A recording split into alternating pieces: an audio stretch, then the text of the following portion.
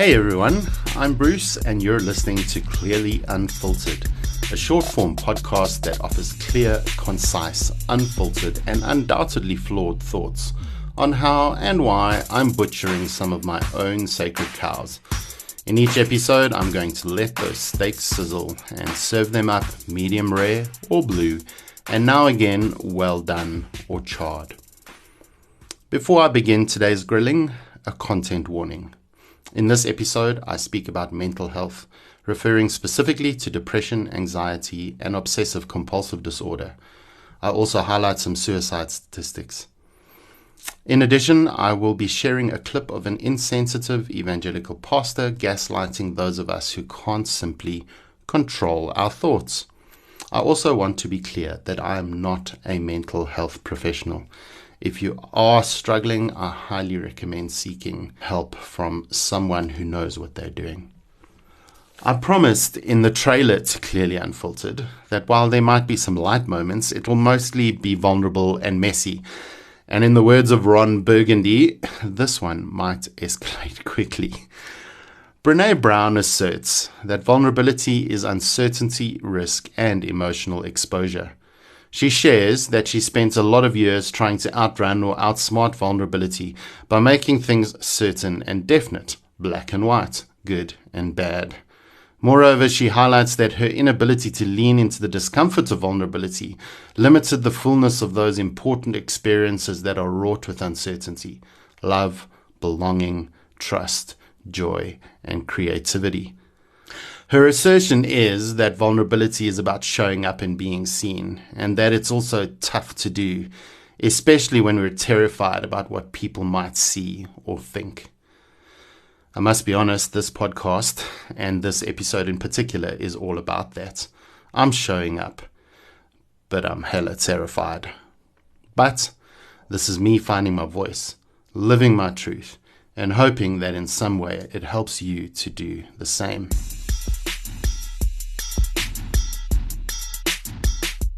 This episode is called OCD for a reason.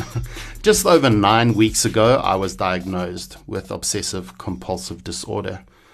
On the advice of my therapist, I visited a psychiatrist for the first time ever, and despite my initial surprise at this diagnosis, it very quickly started to make a lot of sense to me.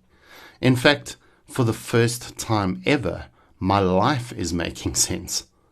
I think about my lifelong struggle with insomnia and at times debilitating anxiety I experience, and the general acceptance that my moments on earth would always be punctuated with depression. The anxiety turned panic has been so bad at times that I've frequented the closest emergency room on a number of occasions, convinced I was experiencing a heart attack. What I've also realized in this process of unpacking my diagnosis is that many people don't understand OCD. In fact, I certainly didn't. It doesn't always present in the stereotypical way. So my OCD doesn't manifest in repetitive behaviors, for example, but certain things do cause me to grow increasingly anxious. Mostly, I experience ruminations and intrusive thoughts, and often obsessively so. It's as if my brain doesn't ever switch off, and often these thoughts are disturbing.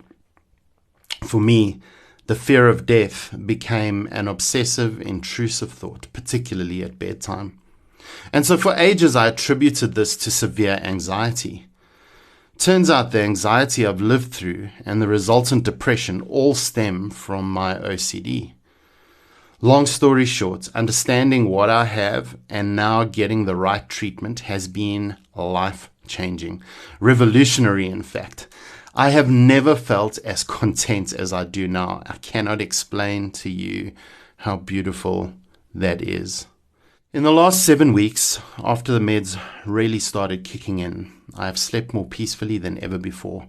I've experienced life without the crushing weight of anxiety, and I feel I can expend less emotional energy on trying to be okay or to look okay. And I can redirect that into the things that really matter. Make no mistake, I'm on a journey and treatment will be for life. But you know what? I'm cool with that. And here's the big but.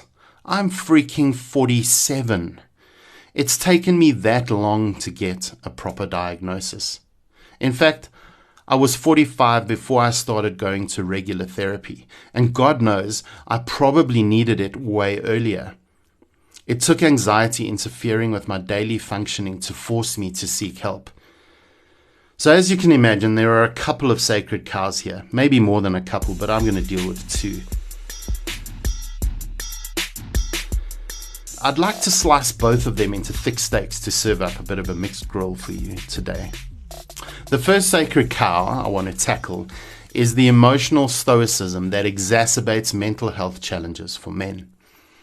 While I've never felt particularly stereotypically male, I do think that I've been conditioned to believe that mental health issues are not men's health issues, and that we should just suck things up in a stiff upper lip kind of way. Just battle on, be strong, hold it together, don't show the cracks, don't fall apart. Well, that's all well and good, until one recognizes that one is weak, that holding it together is impossible, that the cracks are in fact gaping, and that everything is falling apart. The thing is, men mask well, and what others see on the outside is often just a ruse to cover up the turmoil. You know what? We'll trick you into thinking that we have it all sorted, even when everything's going to shit. In countries around the world, women are more likely to be diagnosed with depression and to attempt suicide, but the male suicide rate is several times higher.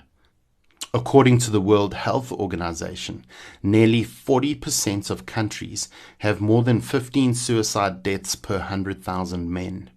Only 1.5% show a rate that high for women. Stereotypical and problematic notions of masculinity surely contribute to this problem. In many contexts, men are encouraged to be strong and not admit that they're struggling. And it starts from young, when boys are ridiculously told that men don't cry. We condition boys to believe that expressing emotion is akin to weakness. Men are also less likely to seek help for mental health issues, and we often self-medicate through alcohol and substance abuse and other risky behaviors, which in turn exacerbate the distress we feel and deepen the depression. We simply have to model a healthier, more vulnerable masculinity to boys. We have to find ways of encouraging boys to be more in tune with their emotional lives and empower them to feel free to explore the full spectrum of masculinity. Because here's the thing, masculinity isn't a single identity. There are multiple ways to express what it means to be a man. We have to allow boys and men the freedom to be vulnerable without equating that with weakness, particularly when it comes to normalizing speaking about mental health.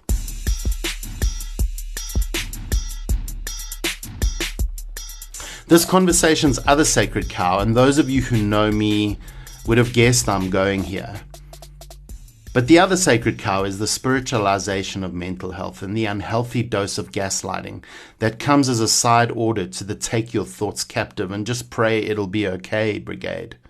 There is a dangerous trend, particularly in evangelical Christian circles and especially on social media, that faith alone can move one to mental health and wholeness.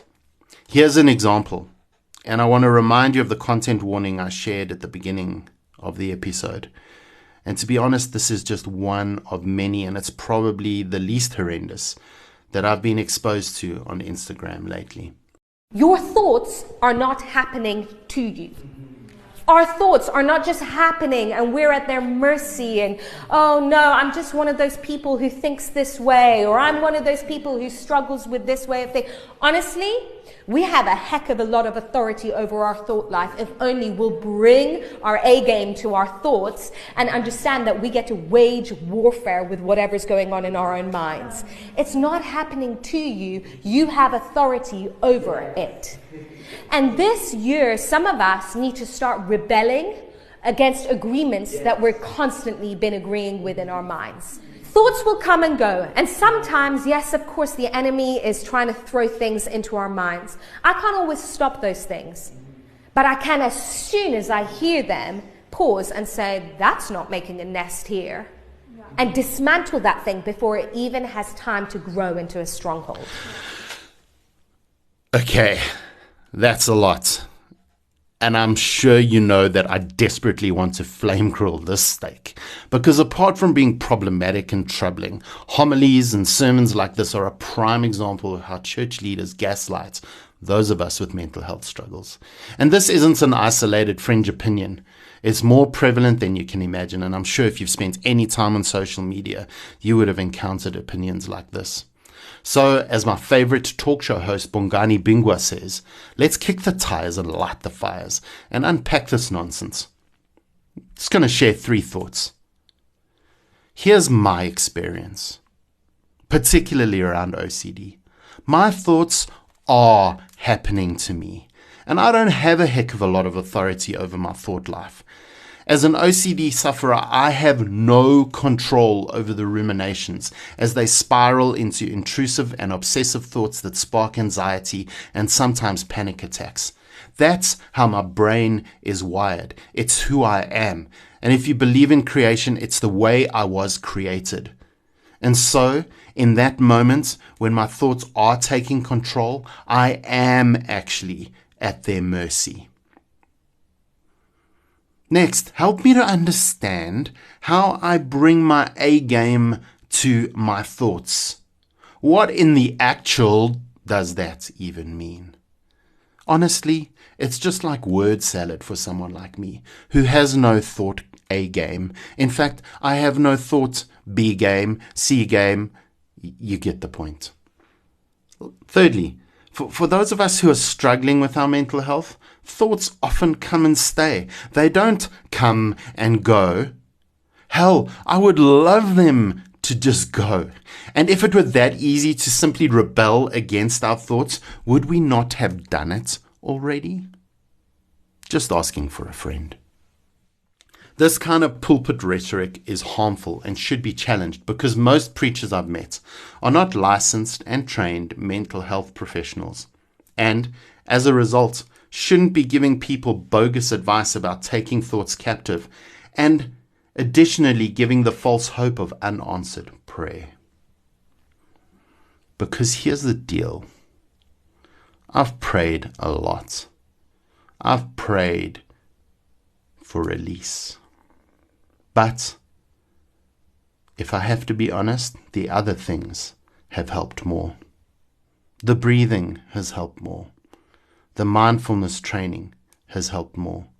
The meditation has helped more. And more recently, the medication has helped more.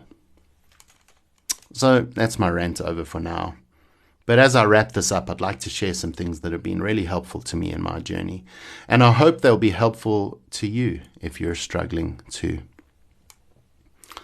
My first word of advice is find a therapist. It's liberating and helps one to find perspective. And if you're listening to this, Yana, thank you. And please, if your pastor or church counselor is not a trained mental health professional, they're not equipped to help you with any mental health struggle you might have. The second thing I'd like to share is ask your therapist if you need to be referred to a psychiatrist. And also, maybe you don't ask, but if they tell you they think you should be going to see a psychiatrist, heed their advice. You see, I've had general practitioners prescribe antidepressants, and in good faith, I believe, but they haven't really taken the time to understand my condition. So the meds I've been on before have not really helped, but the meds I'm on now, as I mentioned before, have given me a new lease on life. And I feel seen and I feel cared for. I've also found freedom in being vulnerable about my struggles with those closest to me. So shout out to my incredible partner, Yolanda, and our beautiful kids. And so this might not work for you, but I want to share that as I've grown less terrified of sharing my struggles, the more it feels normalized. And I think the more people know and understand who I am, the easier it is for them to process what I'm going through. Another thing that's been really helpful is learning how to meditate and practice mindfulness. This has been a revolutionary practice. And ironically, these new life rhythms that I'm practicing, which were touted as harmfully new age by the evangelical circles in which I was raised, have turned out to be significantly life-changing. Lastly, I'd encourage you to be gentle and kind to yourself. And I know that's easier said than done. If you battle with mental health, I'm sending you positive thoughts. I really am. I'm with you in the trenches. Let's be honest too, the last 2 years have been a lot. I'd like to encourage you, find the help you need. Reach out to someone. That's it for now, because I promised to keep these short. But before you go, I'd like to ask you to please follow Clearly Unfiltered on the gram at Clearly Unfiltered Pod, and share your thoughts in the comments for this episode. I'd love to hear about your story and your journey. Please just remember to be kind. Unkindness will not be tolerated. Also, if you're enjoying these episodes, leave a rating on your favorite podcast platform. I'm hoping to drop episodes every 2 weeks, so keep an eye out for episode 2 sometime around April 1st. In it, I'll be speaking about my journey to LGBTQIA+ allyship against the backdrop of my conservative evangelical upbringing. To be honest, I'm half expecting coffee dates and interventions after people listen to that one, but I am looking forward to telling the story and also sharing some resources that continue to help me and are far more eloquent than I am about highlighting the importance of queer inclusion. Until then, be cool and stay safe.